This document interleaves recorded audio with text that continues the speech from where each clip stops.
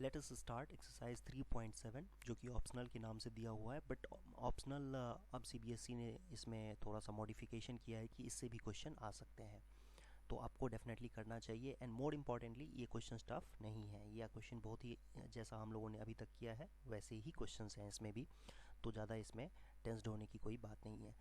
First question देखते हैं इसका। 3.7 का फर्स्ट क्वेश्चन लिखा हुआ है, the ages of two friends Annie and Biju differ by 3 years. Okay, अब ये यहाँ पर एनी और बीजू के एज में अगर 3 ईयर्स का डिफरेंस है तो आप समझ सकते हो कि या तो एनी ज़्यादा बड़ा होगा बीजू से या बीजू बड़ा हो सकता है, क्योंकि डिफ़र बाय का मतलब ये होता है कि भाई दोनों में डिफरेंस 3 ईयर है, तो हो सकता है एनी 10 का हो और बीजू 7 का, 7 ईयर्स का, तो डिफरेंस हो गया। या ऐसा भी हो सकता है कि एनी 7 ईयर्स का हो और बीजू 10 ईयर्स का हो। दोनों केसेस में ये स्टेटमेंट वैलिड है। तो यहाँ पर हमें ये समझना पड़ेगा कि अगर मैं एनी के एज को अगर ए ले लूँ या एक्स ले लूँ, जनरली हम लोग एक्स वाई लेते हैं, तो वैसे ए और बी भी ले सकते हैं, एनी के एज को ए और बीजू के एज को बी, बट जनरली एक्स और वाई लिया जाता है। तो दो इक्वेशंस बनेंगी, मतलब एनी के एज को एक्स, बीजू के एज को वाई लेंगे तो एक्स माइनस वाई भी 3 होगा एक इक्वेशन, और दूसरी equation y minus x is equal to 3 हो सकता है। ठीक है, तो इसमें आंसर जो आएंगे वो दो आंसर आएंगे। और वैसे ही लिखा हुआ है कि एनी के फादर जो हैं वो twice as old as Annie, मतलब ऑब्वियसली एनी के फादर धर्म जो है वो धर्म, अगर हम एनी की एज को x लेते हैं तो धर्म की एज हो जाएगी 2x, है ना। बीजू जो है अपनी सिस्टर की एज का डबल है, मतलब जो कैथी है उसकी सिस्टर बीजू की सिस्टर है, तो कैथी की एज हो जाएगी फिर 2y। तो let us start by writing the solution. So ये एजम्पशंस हैं, एनी का प्रेजेंट एज एक्स, बीजू का प्रेजेंट एज वाई, धर्म की एज हो जाएगी डबल, एनी के एज का तो 2x, और कैथी जो कि हाफ है अपने ब्रदर के एज से, बीजू डबल है ना, अपनी सिस्टर की एज का डबल है बीजू की एज, तो कैथी की एज हो जाएगी बीजू के एज का हाफ, तो बीजू के एज तो वाई लिया हुआ है तो वाई बाई 2 ईयर्स हो जाएगा। अब क्वेश्चन के अकॉर्डिंग क्या लिया हुआ है, देखो कि दोनों के बीच का डिफरेंस जो है वो, मतलब एनी और बीजू के एज का डिफरेंस जो है वो 3 ईयर्स है, तो ये तो फर्स्ट इक्वेशन हो गया। या हम यहाँ से ये भी कह सकते हैं y minus x is equal to 3।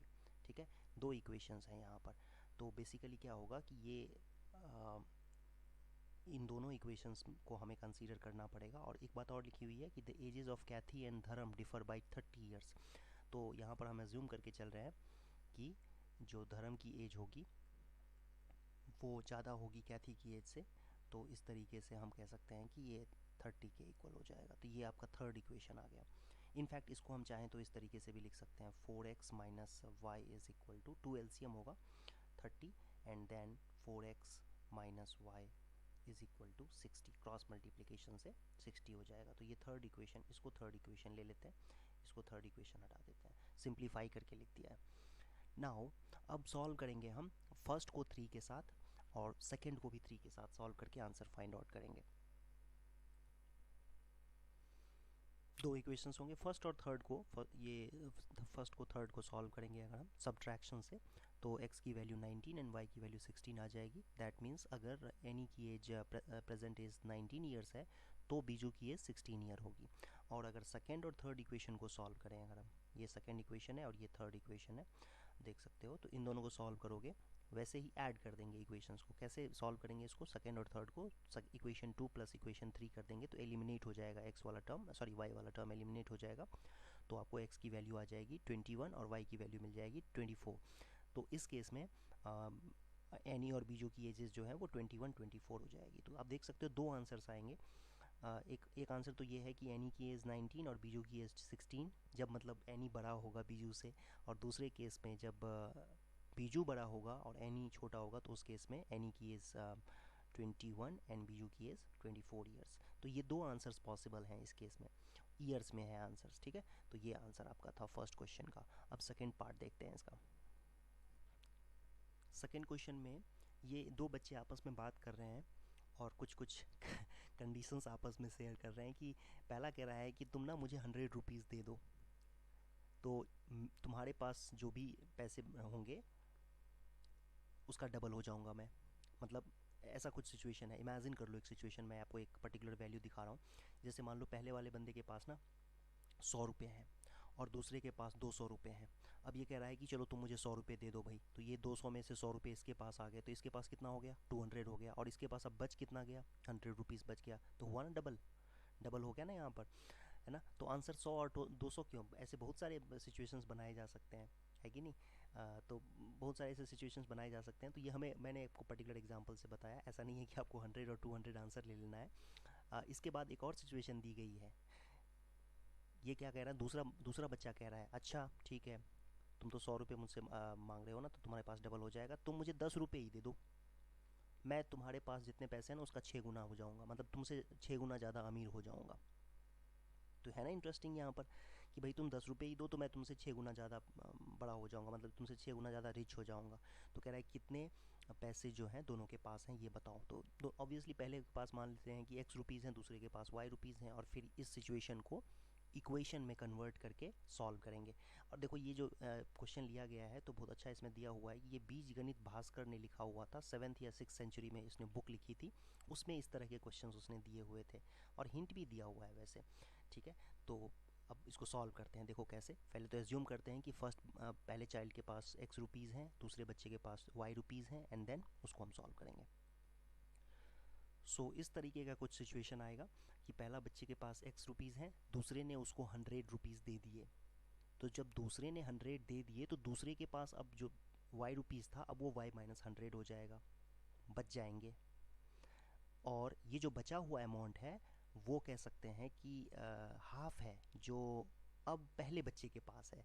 तो बराबर करने के लिए क्या करना होगा, 2 से मल्टीप्लाई कर देना होगा, तो ये इक्वेशन बन जाएगी। सॉल्व करना आप जानते हो, 2y हो जाएगा, 2y को लेफ्ट साइड में ले आएंगे तो माइनस हो जाएगा, और ये -200 है, इधर आके प्लस होकर के ये इक्वेशन बन जाएगी।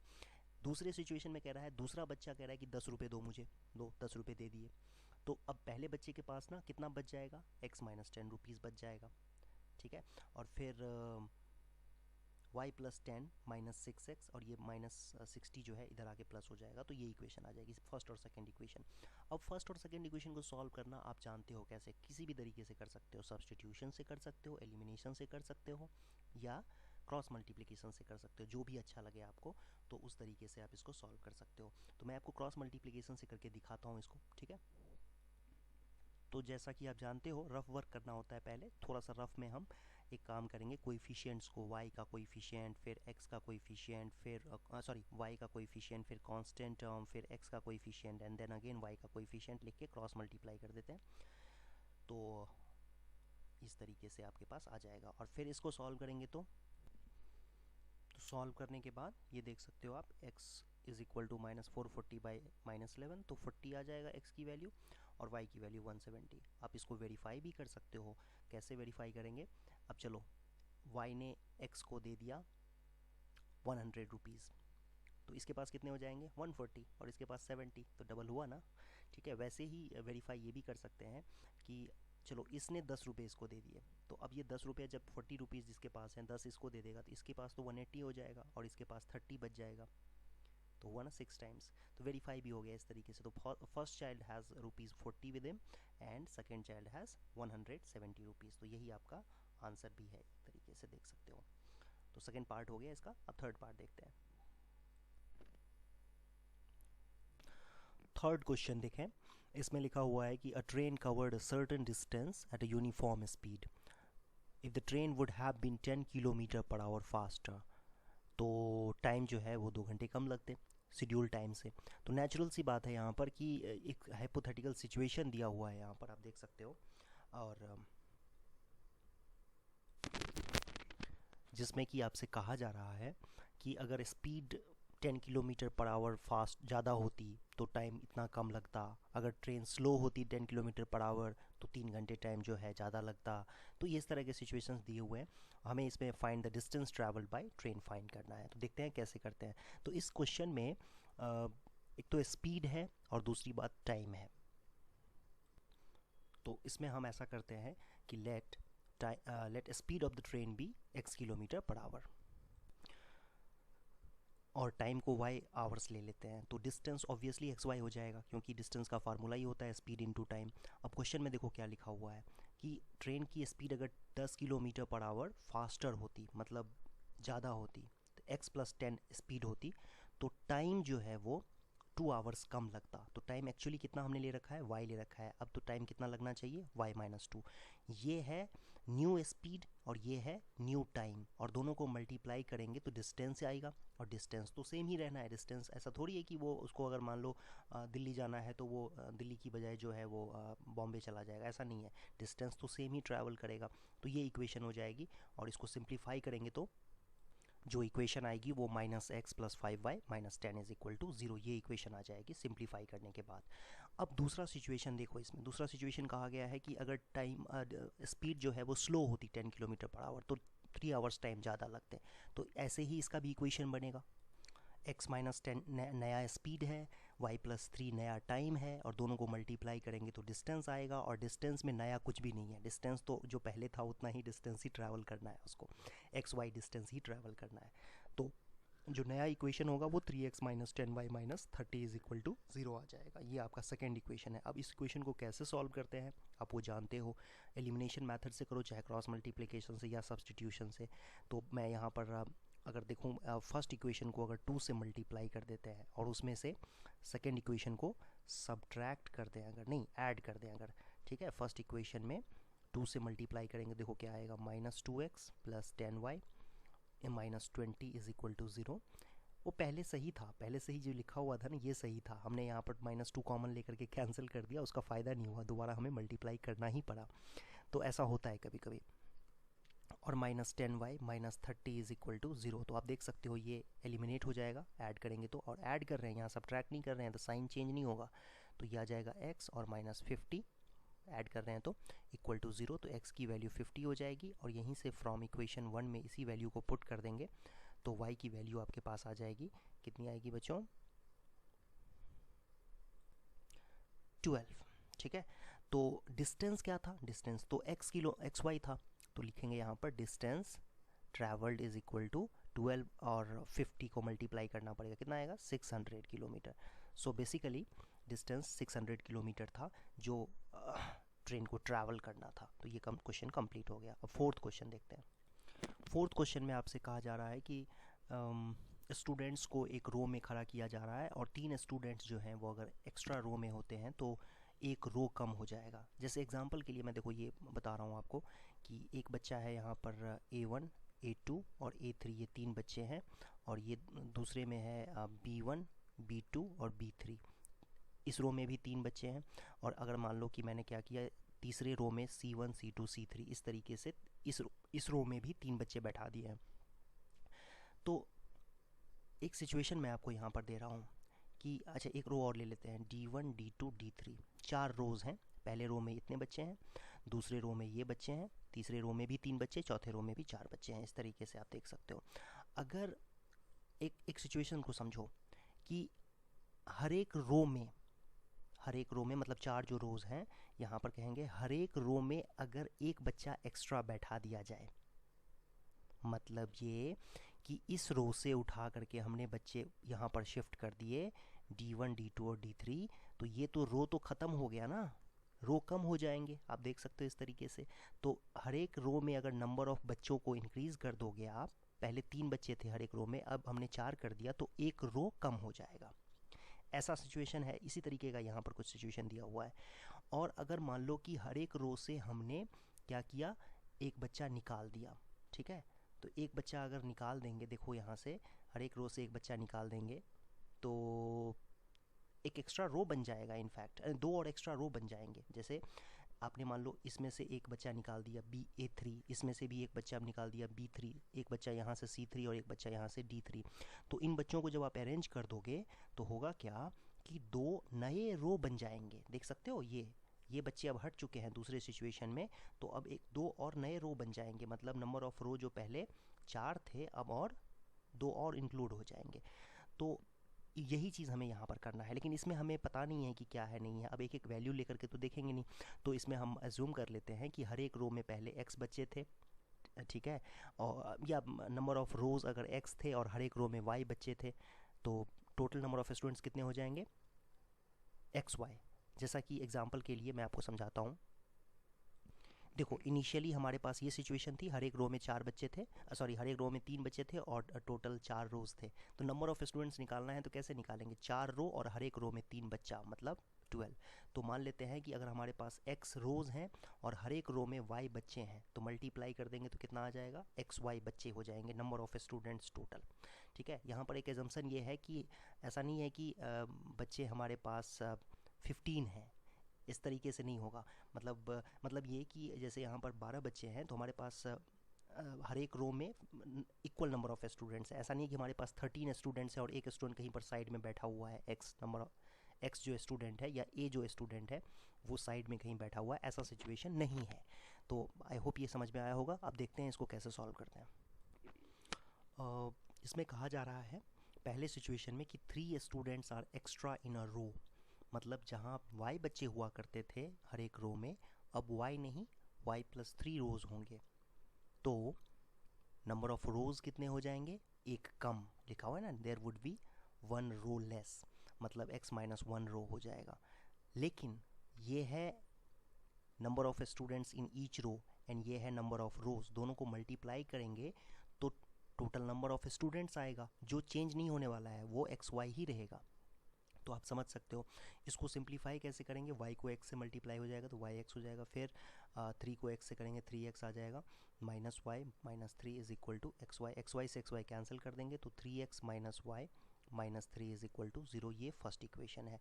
सिमिलरली एक और सिचुएशन दिया हुआ है, आप देख सकते हो यहाँ पर क्वेश्चन में कि if 3 students are less in a row, मतलब y नहीं y-3 बच्चे हो जाएं हर एक रो में, तो 2 रोज़ एक्स्ट्रा हो जाएंगे, x+2 हो जाएगा और ये दोनों को मल्टीप्लाई करके xy आएगा और इसको आप सिंप्लीफाई करोगे तो ये आपके पास आ जाएगा इक्वेशन इक्वल टू 0। ये सेकेंड इक्वेशन है। अब फर्स्ट और सेकेंड इक्वेशन को ऐड कर देंगे बच्चों, फर्स्ट और सेकेंड को आप ऐड करोगे, देखो 3x से 3x कैंसिल हो जाएगा और ये y -y और +2y y होता है और ये -9y की वैल्यू हो जाएगी 9 एंड फ्रॉम इक्वेशन 1 से x की वैल्यू हो जाएगी आपके पास 4। ठीक है, तो इसमें पूछा गया है टोटल नंबर ऑफ स्टूडेंट्स, तो टोटल नंबर ऑफ स्टूडेंट्स हो जाएगा, total number of students is equal to 9 into 4 मतलब 36।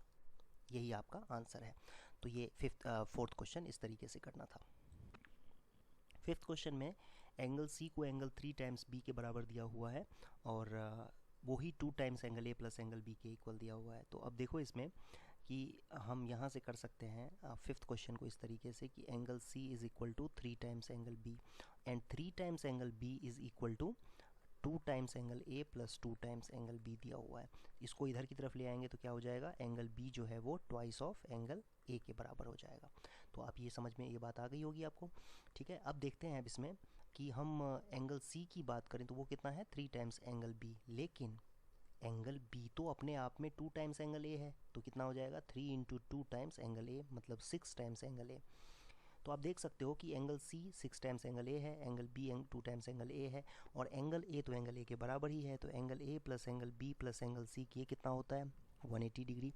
एंगल ए को एंगल ए ही छोड़ देते हैं, मैं डायरेक्टली ऐसे लिख रहा हूँ और बी की जगह पे क्या लिखेंगे 2a, सी की जगह पे क्या लिखेंगे 6a और इक्वल टू 180। तो आप समझ पा रहे होगे आई थिंक कि ये 9a 180 हो जाएगा, तो ए की वैल्यू आ जाएगी 20 डिग्री और ए की वैल्यू जब 20 आएगी तो ऑब्वियसली बी की वैल्यू कितनी हो जाएगी ट्वाइस ए मतलब 40 डिग्री और फिर सी की वैल्यू कितनी हो जाएगी 6 टाइम्स ए मतलब 120 डिग्री। तो यही आपके एंगल्स हैं। इस तरीके से इस क्वेश्चन को करना था। सिक्स्थ क्वेश्चन देखते हैं अब। सिक्स्थ क्वेश्चन में कहा गया है आपसे कि draw the graph of equation and determine the coordinates of vertices of the triangle form by this line and y axis. Okay, तो ग्राफ ड्रॉ करना पड़ेगा इसको, और अगर ग्राफ पेपर पे अगर नहीं ड्रॉ करते हो तो आपको इन दोनों इक्वेशन को सॉल्व करके कोऑर्डिनेट्स फाइंड करना होगा। ठीक है, तो देखते हैं, पहले ग्राफ ड्रॉ करके देखते हैं कैसा होता है ये।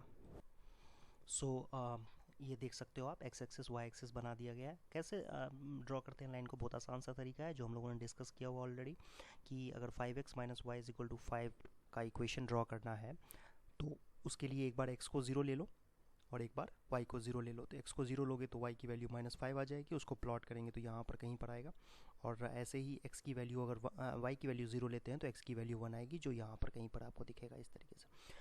सिमिलरली 3x - y को ड्रॉ करेंगे तो 0, -3 एक पॉइंट होगा और दूसरा पॉइंट 1, 0 होगा। लाइंस को ड्रॉ करेंगे तो ये ब्लैक कलर वाली जो लाइन है ये इसको रिप्रेजेंट कर रही है, ये ब्लैक कलर वाली लाइन है और ये जो ग्रीन कलर वाली है वो इसको रिप्रेजेंट कर रही है, ठीक है। और दोनों का सॉल्यूशन कह सकते हैं कि 1,0 है। हमें कहा गया था determine the coordinates of the vertices of the triangle formed by this line in y axis. तो कोऑर्डिनेट्स क्या होंगे बच्चों? कोऑर्डिनेट्स आ गए आपके पास वाई एक्सिस के साथ। तो वाई एक्सिस के साथ तो नेचुरली जो ट्राइंगल बन रहा है वो आप देख पा रहे होगे, ये ट्राइंगल है वो ट्राइंगल, ठीक है। ये छोटा सा ट्राइंगल दिख रहा है आपको, ये ट्राइंगल है। तो इस ट्राइंगल के वर्टाइसेस क्या क्या आ गए? 0,-5, 0,-3 एंड 1,0। तो यही आपका आंसर है इस क्वेश्चन का। ओके, नाउ एक्सरसाइज 3.7 का 7th का फर्स्ट पार्ट देखते हैं। ये देखो इक्वेशन दिया हुआ है 5px plus q y is equal to p minus q and q x minus p y is equal to p plus q. तो कैसे सॉल्व करेंगे इसको? एलिमिनेशन मेथड से q से मल्टीप्लाई कर देंगे फर्स्ट इक्वेशन को, सेकंड इक्वेशन को p से, और फिर ये एलिमिनेट होकर के देखो आप जो y की वैल्यू है वो आ जाएगी q square plus p square is equal to minus, दोनों में है ना, देखो ध्यान से देखो माइनस है दोनों में, तो माइनस कॉमन आ जाएगा और P square plus Q square, और ये फिर ना दोनों साइड में P square plus Q square यहाँ भी है, राइट साइड में भी है, कैंसिल कर देंगे तो y की वैल्यू -1 आ जाएगी। और y की वैल्यू जो -1 आएगी वो इक्वेशन 1 में पुट कर दोगे अगर आप, तो x की वैल्यू 1 आ जाएगी, ठीक है। तो x is equal to 1 and y is equal to -1 are the solutions.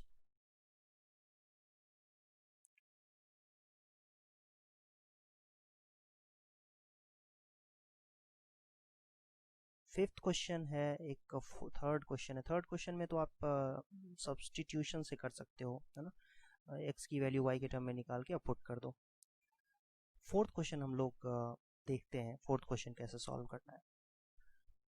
देखो इसमें इस तरीके से लिख सकते हैं, a प्लस बी को x प्लस वाई से मल्टीप्लाई करके अलग अलग करके रख दिया, और फिर आप आसानी से सब्ट्रैक्ट करोगे तो ये रिजल्ट जो आपके पास आ जाएगा, देख सकते हो y से y वाला टर्म कैंसिल हो जाएगा, x कॉमन ले लेंगे तो a माइनस बी, और माइनस होगा इसमें से माइनस a माइनस बी, तो है ना। तो इस तरीके से, और राइट हैंड साइड में a स्क्वायर से a square cancel, b square 2 बार है तो -2 टाइम्स बी स्क्वायर होगा, और फिर -2ab आ जाएगा,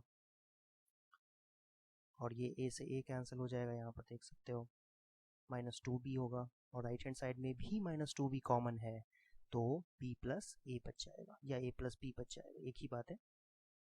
तो इस तरीके से आप समझ पा रहे होगे। अब ये -2b से -2b कैंसिल हो जाएगा, -2b से -2b कैंसिल हो जाएगा, तो x की वैल्यू आ जाएगी a प्लस बी, और यही वैल्यू अगर आप फर्स्ट इक्वेशन में पुट कर दोगे तो y की जो वैल्यू है वो -2ab by a plus B आ जाएगी। तो इस तरीके से सॉल्व हो जाएगा ये question. Now let us see fifth part. तो फिफ्थ पार्ट में आप ध्यान से देखो तो x का जो कोएफिशिएंट है फर्स्ट में और सेकंड का जो कोएफिशिएंट है y में सेम है, ऐसे ही y का कोएफिशिएंट फर्स्ट में और x का कोएफिशिएंट सेकंड में सेम है। तो इस तरह के जो क्वेश्चंस होते हैं उनके लिए क्या करना होता है, देखते हैं। जैसे देखो ये स्टैंडर्ड फॉर्म ये है ax plus b y is equal to c and bx plus a y is equal to d. Constant term कोई भी हो, कोई फर्क नहीं पड़ता है, लेकिन इसमें x और y के कोएफिशिएंट्स पलट गए हैं एक तरह से देखा जाए तो, है ना, रिवर्स हो गए हैं। तो ऐसे क्वेश्चन को करने का तरीका ये होता है कि सबसे पहले आप फर्स्ट और सेकंड इक्वेशन को ऐड कर दो। तो फर्स्ट और सेकंड इक्वेशन को ऐड करोगे तो रिजल्ट जो आएगा वो देखेंगे ध्यान से, -226x minus 226y is equal to -678, और ये 3 के टेबल में जाता है, 226 3 जा 678 होता है। तो आप इसको कैंसल आउट करोगे ना, तो आपके पास जो इक्वेशन आएगी वो x plus y is equal to 3, क्योंकि माइनस से माइनस भी कैंसिल हो जाएगा, है ना। और ऐसे ही फर्स्ट में से सेकंड को माइनस करेंगे। अब पहले इक्वेशन तो आ गई x plus y is equal to 3, in fact इसको थर्ड इक्वेशन नाम दे देते हैं। और फर्स्ट में से सेकंड को माइनस करेंगे तो आप देख सकते हो कि ये जो रिजल्ट आएगा आपके पास वो होगा 530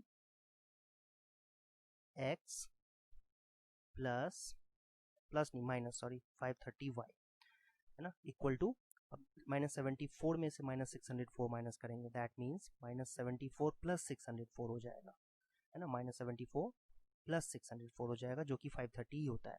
तो यहाँ से आपके पास एक और इक्वेशन आ गई, और वो इक्वेशन क्या है, x minus y is equal to 1। अब इन दोनों, ये फोर्थ होगा इक्वेशन है ना, फोर्थ इक्वेशन है ये। थर्ड और फोर्थ को सॉल्व कर लेंगे तो x की वैल्यू आ जाएगी 2 एंड y की वैल्यू आ जाएगी 1। यही आपका सॉल्यूशन है, x और y की वैल्यू आ गई। नेक्स्ट क्वेश्चन है 8 नंबर। ABCD साइक्लिक क्वाड्रिलेटरल है। तो साइक्लिक क्वाड्रिलेटरल में आप प्रॉपर्टी जानते होंगे, अपोजिट एंगल्स का सम जो है वो 180 डिग्री होता है। तो इस तरीके से हम कह सकते हैं कि -4x plus 4y plus 120 is equal to 180। ये 120 नहीं था, ये 20 था, 180। और फिर -4x plus 4y is equal to 160, और 4 के टेबल में जा रहा है तो -x plus y is equal to 40। ये फर्स्ट इक्वेशन आ गई। सिमिलरली सेकंड इक्वेशन होगी -7x प्लस 3y, और ये 5 से 5 कैंसिल हो जाएगा तो इक्वल टू 180 डायरेक्ट आ जाएगा। तो सेकेंड इक्वेशन भी आ गई। अब इन दोनों को अगर आप सॉल्व करते हो इक्वेशन को, तो x की वैल्यू आ जाएगी -60/15। तो x की जो वैल्यू आएगी वो होगी -15 एंड y की वैल्यू 25। ये रफ में मैंने कर लिया है, तो आप देख सकते हो इस तरीके से आपको खुद से सॉल्व करना है। ये वाला पार्ट आपको खुद से सॉल्व करना है। और x की वैल्यू -15, y की वैल्यू 25 आ जाएगी। तो ये एक्सरसाइज इस तरीके से कंप्लीट हो गया, एक्सरसाइज 3.7। अभी हम लोग एग्जाम्पलर करेंगे 3.1 एक्सरसाइज है। ये एनसीईआरटी के एग्जाम्पलर से लिया हुआ एमसीक्यू क्वेश्चन है। तो आपके बोर्ड के एग्जाम में एमसीक्यू क्वेश्चंस भी आते हैं, तो इसलिए कर रहे हैं हम लोग। तो फर्स्ट क्वेश्चन देखते हैं। कह रहा है कि टू लाइंस जो है क्या रिप्रेजेंट करेंगे, इंटरसेक्टिंग, पैरेलल, कोइंसिडेंट क्या होंगे। तो उसके लिए कैसे हम करते हैं, हम चेक करते हैं कि भाई A1/A2, B1/B2, C1/C2 क्या रिजल्ट है। तो अच्छा, वैसे अगर हम बात करें इंटरसेक्टिंग लाइंस की, तो ये देखो इंटरसेक्टिंग लाइंस है ना। और फिर A1/A2 की वैल्यू, B1/B2 की वैल्यू और C1/C2 की वैल्यू अगर हम फाइंड करेंगे तो हम देखते हैं कि A1/A2 B1/B2 के इक्वल आ रहा है, बट वो C1/C2 के इक्वल नहीं है। तो क्लियरली पैरेलल लाइंस होंगी, ठीक है, डी आंसर आएगा। सेकेंड पार्ट है, इसमें भी कह रहा है कि यूनिक सॉल्यूशन है या क्या इनफाइनाइटली मेनी सॉल्यूशन है। कैसे चेक करते हैं, A1/A2 B1/B2 C1/C2। तो वैल्यूज निकाल दो, तो ये आ जाएगा आपका 1/-3, 2/-6 एंड 5/1। आप देख सकते हो यहाँ पर भी वही बात हो रही है, A1/A2 B1/B2 के इक्वल तो है, बट C1/C2 के इक्वल नहीं है, तो नो सॉल्यूशन। फिर है pair of linear equation is consistent then the lines will be consistent है तो इंटरसेक्टिंग होता है, नहीं तो कोइंसिडेंट होगा। ये जो फिगर है आपको एक्सप्लेन कर रहा है फिगर कि देखो है ना, कोइंसिडेंट लाइन या फिर इंटरसेक्टिंग लाइन, दोनों ही केसेस में कंसिस्टेंट बोलते हैं। तो ये आंसर सी होगा इसका। फोर्थ क्वेश्चन में देखेंगे y is equal to 0 and y is equal to -7। तो इसमें ध्यान से देखो, तो ये एक्स एक्सिस है आपका, ठीक है, y इज इक्वल टू 0 को है एक्स एक्सिस कहते हैं, और ये y इज इक्वल टू 7 जो लाइन होगी, -7 आई एम सॉरी, वो इस तरीके से कुछ होगी। ये y एक्सिस ड्रॉ कर दिया हमने, और फिर ये आपका -0, -7 होगा, ठीक है। और ये जो लाइन है ये y इज इक्वल टू -7 को रिप्रेजेंट कर रही है। तो clearly y is equal to 0 and y is equal to -7 are parallel lines. Parallel lines हैं तो नो सॉल्यूशन, ठीक है। फिफ्थ क्वेश्चन में the pair of equations are graphically represent the line which are obviously intersecting at A, B होना चाहिए। तो देखो कैसे इसका ग्राफ ड्रॉ करेंगे हम लोग। ये एक्स एक्सिस वाई एक्सिस बना दिया हमने, तो x is equal to a, इस तरीके की लाइन आएगी कुछ A, 0 से पास होती हुई, y इज इक्वल टू 0 जो है, y is equal to b, 0, B, इस तरीके से कुछ लाइन आएगी। दोनों इंटरसेक्ट कहाँ पर करेंगे, A, B पर। 9th क्लास में आप लोगों ने करा होगा, तो डी आंसर आएगा इसका। सिक्स्थ क्वेश्चन देखें तो कह रहा है forward value of k the following equation represent coincident lines. तो देखो देखते हैं, कोइंसिडेंट लाइंस के लिए हम जानते हैं कि A1/A2 B1/B2 and C1/C2 equal होते हैं। तो ये आपके पास रिजल्ट आ जाएगा। एंड यहाँ से आप देख सकते हो कि ये जो -16 है उसको आपको लेफ्ट साइड ले जाना होगा, है ना, क्योंकि राइट साइड में है तो फिर ये रिलेशन वैलिड नहीं होगा। एंड 3/6 का 1/2 लिख सकते हैं, माइनस से माइनस कैंसिल हो जाएगा, 1/k आ जाएगा, ये 1/2 हो जाएगा।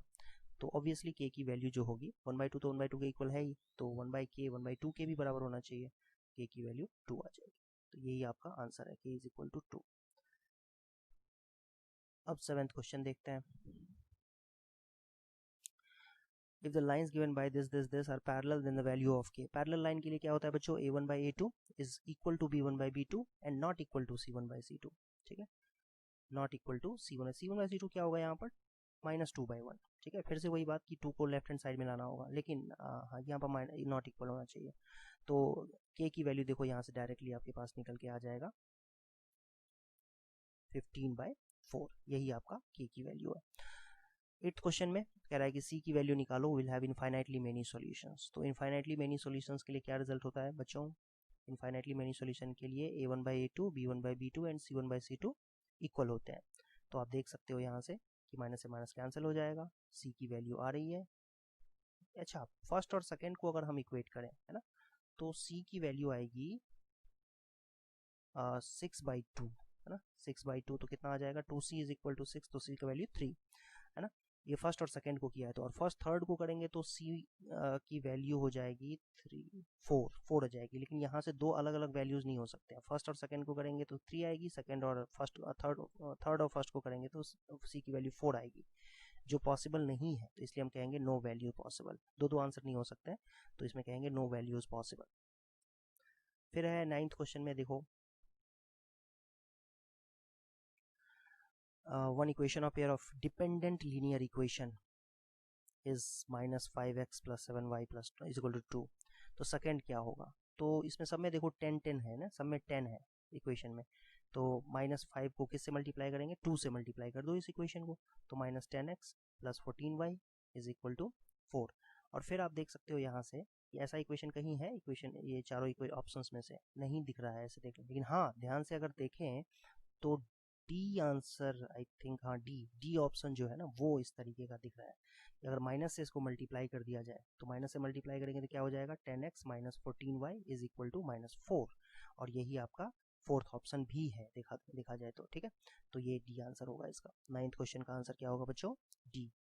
अब 10th क्वेश्चन देखते हैं, इसमें कह रहा है कि यूनिक सॉल्यूशन कौन सा है, तो ये तो चेक करने वाली बात हो गई। अब चेक करके देखो कौन सा ऑप्शन है इसमें जो मैच हो रहा है। तो अगर हम देखें कौन सा ऑप्शन मैच हो रहा है, तो ए में रख के देखेंगे तो आई थिंक नहीं होगा सेटिस्फाई। फर्स्ट में तो हो रहा है बट सेकंड में सेटिस्फाई नहीं होगा, सेकंड इक्वेशन में। सी ऑप्शन में भी देखें रख के तो भी फर्स्ट में भी नहीं हो रहा है, फर्स्ट में ही नहीं हो रहा है आई थिंक ना। तो बी ऑप्शन में रख के देखो तो 2 2 जा 4 4 माइनस 15 ये हो रहा है। सेकंड इक्वेशन में देखेंगे बी पार्ट में तो ये भी हो रहा है, इसका मतलब ये बी आंसर है। ठीक है, तो 10th का आंसर बी होगा। वैल्यू रख के देख रहा था। 11th में x is equal to a, y is equal to b is the solution of this.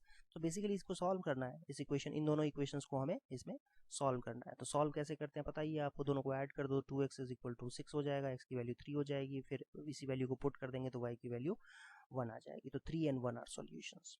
ठीक है, तो सी आंसर आ जाएगा इसका। 12th क्वेश्चन देखते हैं।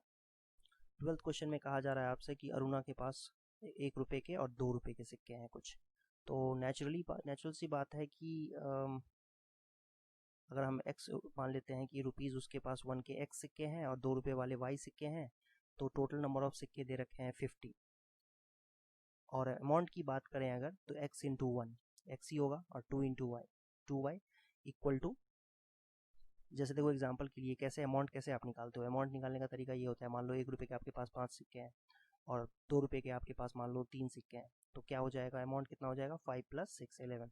तो ये इस तरीके से आपके पास अमाउंट कितना है वो निकाल सकते हो। ठीक है, तो आई थिंक ये समझ में आया होगा। 1 रुपए के 5 सिक्के और 2 रुपए के 3 सिक्के, तो वैसे ही x और y के टर्म में इक्वेशन बन जाएगी, x + 2y 75। दोनों इक्वेशन को सॉल्व करेंगे तो y की वैल्यू 25 आ जाएगी, x की वैल्यू भी 25 आ जाएगी, तो डी आंसर करेक्ट है।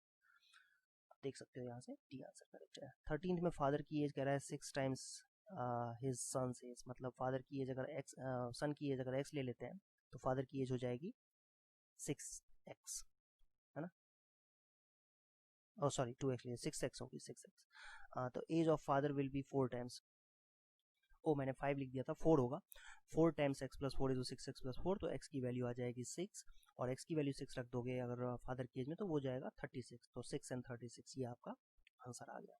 तो इस तरीके से इन क्वेश्चंस को करना था। आई होप ये समझ में आया होगा, ये चैप्टर हो गया इस तरीके से कंप्लीट। आप लोग खुद से क्वेश्चंस करो प्रैक्टिस। एनसीईआरटी एग्जाम्पलर में काफ़ी सारे क्वेश्चंस दिए हुए हैं, उन क्वेश्चंस को खूब अच्छे तरीके से प्रैक्टिस करो। जितने ज़्यादा क्वेश्चंस आप प्रैक्टिस करोगे उतनी ही ज़्यादा आपकी एफिशिएंसी, स्पीड, एक्यूरेसी सब कुछ बढ़ेगी। आई थिंक इस चैप्टर में कम से कम 150 क्वेश्चंस आप लोगों को करने चाहिए, तब जाके आपको 100% जो है अंडरस्टैंडिंग बढ़ेगी और अच्छा परफॉर्म कर पाओगे। तो ये चैप्टर कंप्लीट हो गया इस तरीके से। नेक्स्ट चैप्टर में मिलते हैं।